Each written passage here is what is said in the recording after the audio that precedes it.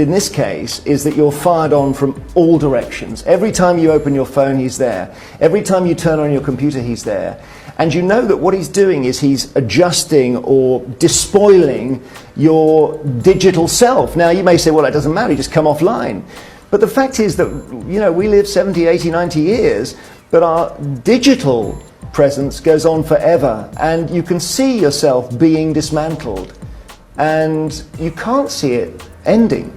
The judge actually said when he sentenced Belfield, you didn't meet or physically approach or watch any of your victims as a traditional stalker might have done. Your methods were, however, just as effective as a way of intimidating your victims and were in many ways much harder to deal with. The danger came from the online traffic, not from the individual. I would have done anything to meet this guy and have a conversation with him face to face.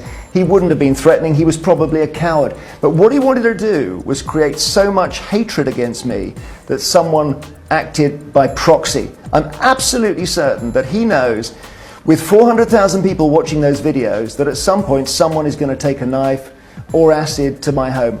Or the other thing is, he gets one of his victims to take their own life. We heard about someone trying exactly that in the court case, one of the victims. Two of them described themselves as becoming suicidal. That is not to be taken lightly. I think if the courts hadn't stopped Alex Belfield, somebody would have died. Someone who stalks in person we imagine to be hiding in the shadows, but what Alex Belfield and his army of followers was doing was in plain sight. Everyone could see it on Twitter and YouTube. It's extraordinary. And I think there's a business model here, and this case has broken it, which is great news for everyone. But the original business model was started by Alex Jones in the USA, and it's basically selling massive amounts of misinformation on the basis that often lies are more interesting than truth. Alex Jones is the man who said the Sandy Hook shooting did not happen. That's right. And was recently sued for libel by the parents of one of the children who was killed. Correct. So you create a market for lies.